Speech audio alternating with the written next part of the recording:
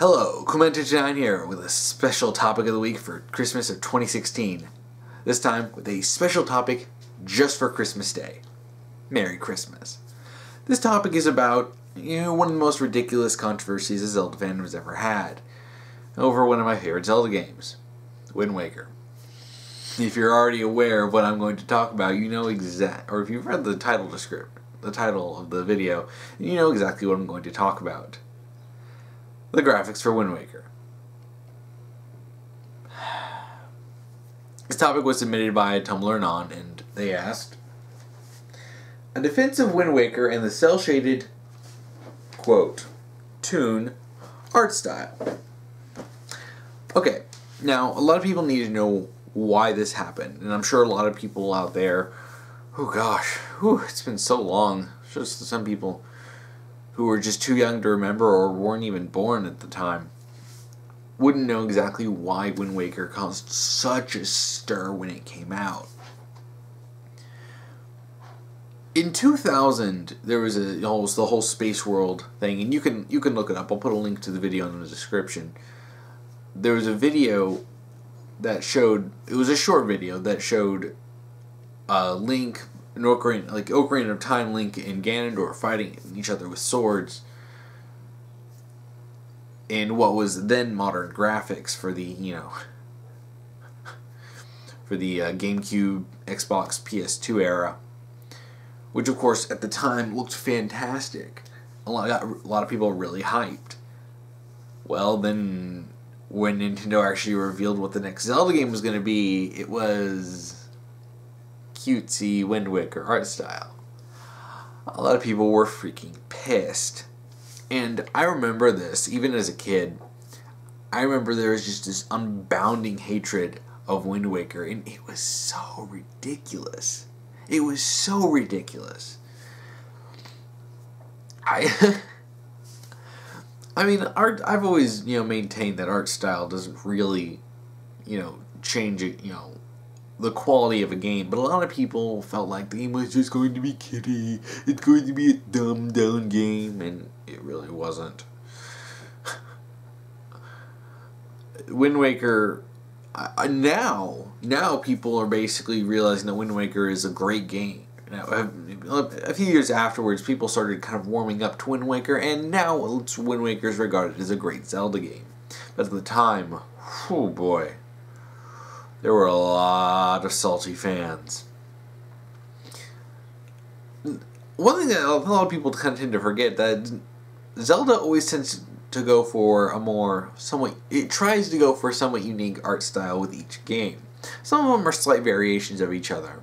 Some games, like, when it comes to direct sequels, like Majora's Mask is to Ocarina of Time, it keeps the same art style, especially since Majora's Mask reused most of the assets. A lot of assets from Ocarina of Time, but you look at Twilight Princess, Wind Waker, A Link Between Worlds, A Link to the Past, Ocarina of Time, Skyward Sword, even the upcoming Breath of the Wild. All of these games look different, and that's the point.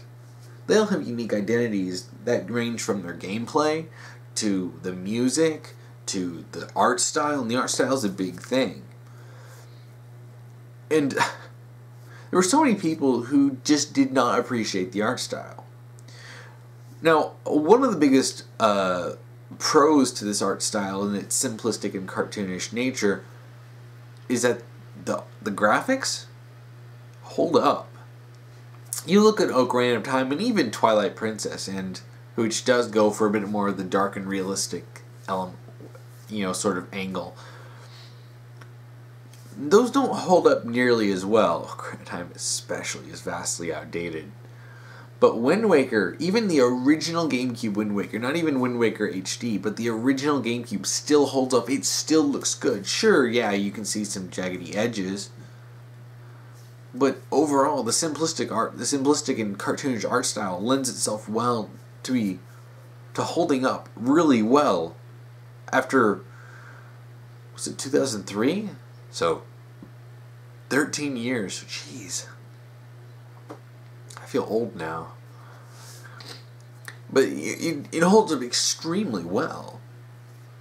And I'm sure that's part of that is why games like Skyward Sword and Breath of the Wild are going for a bit more artsy and more cartoonish look, mixed with some more realistic elements or the more anime-ish styles, as compared to just going flat out on that like Twilight Princess did.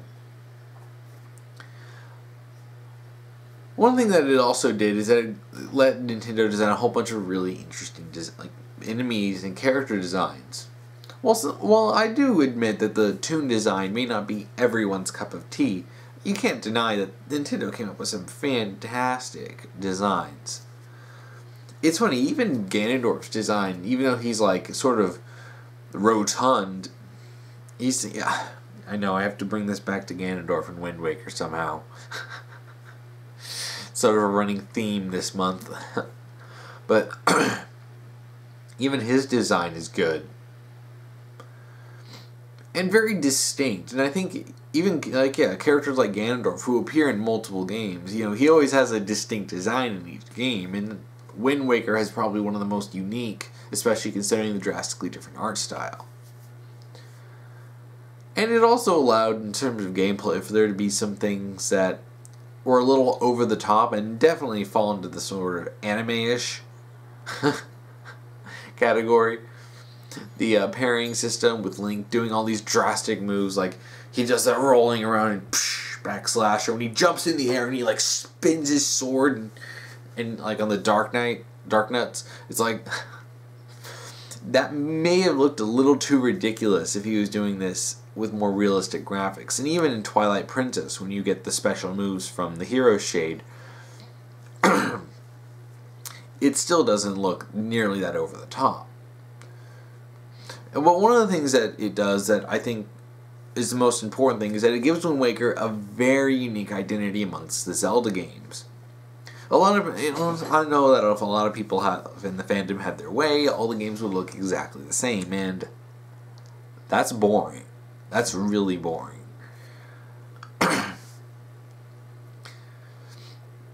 Even if it's slight, like you can see in the designs from Skyward Sword to Breath of the Wild, there are similarities to it, but Breath of the Wild does edge a little bit towards the more realistic, but still keeping a heavily cartoonish and sort of almost painting-esque art style, which is great. And honestly, it still manages to give it a unique identity, even from the game that it's it looks the closest to. Now, in terms of Wind Waker as a game, I know a lot of people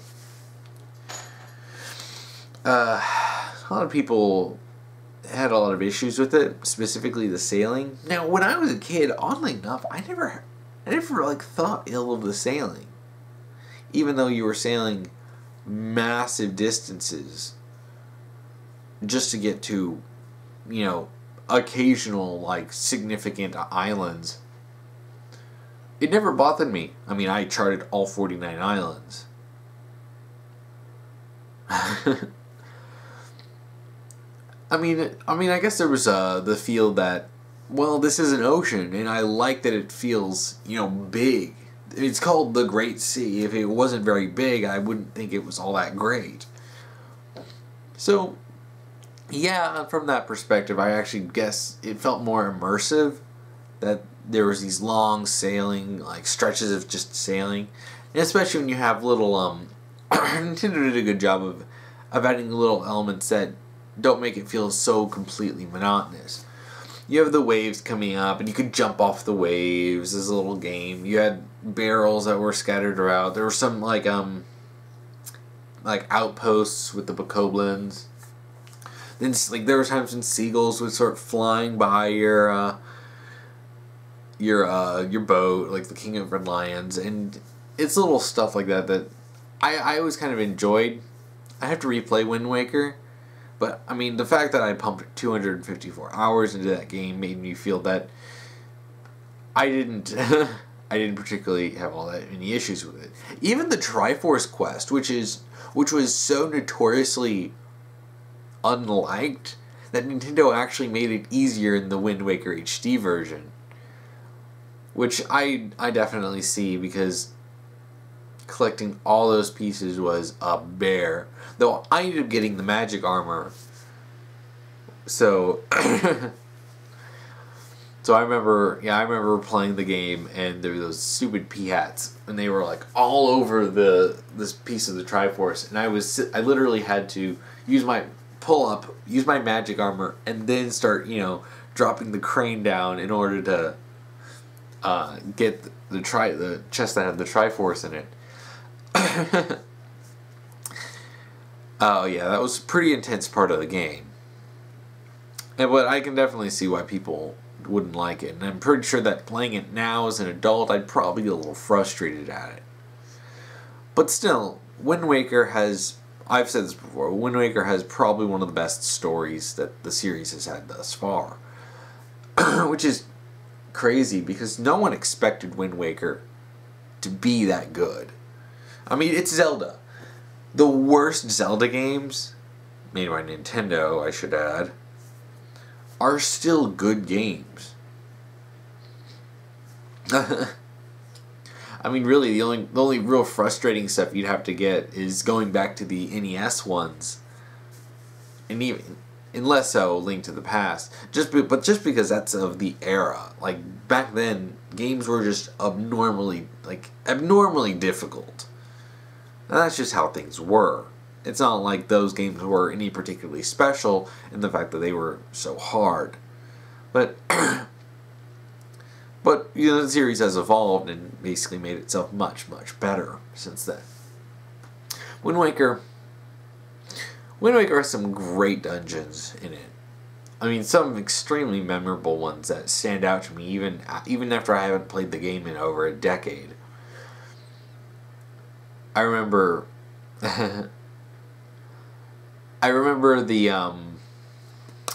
the Tower of the Gods.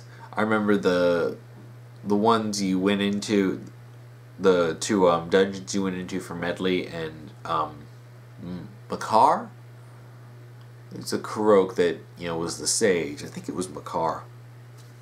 Yeah, I'm pretty sure it was Makar. When you go into there, especially I remember with Medley, you could. I remember tossing her around. You'd toss them around and carry them everywhere. And the whole distinct identity. And it's not just the graphics or even the story. The whole game has such a distinct identity to it that if you saw a screenshot of Wind Waker, you can just tell it's Wind Waker. Not even just from the graphics, but everything else. Even if you didn't see Link, if you just saw a picture of parts of the world, you can immediately pick that out as Wind Waker. It sticks out in a very good way. And I'm sure that, a lot of people since then have actually really, really come to appreciate the art style and appreciate just how great it actually is. Sure, it's goofy, but it belies a story that is probably one of the most depressing in the series. I mean, the fact that at the very end of the game, Hyrule actually does get completely flooded. Because the king of Hyrule doesn't want anyone to use the power that was in Hyrule.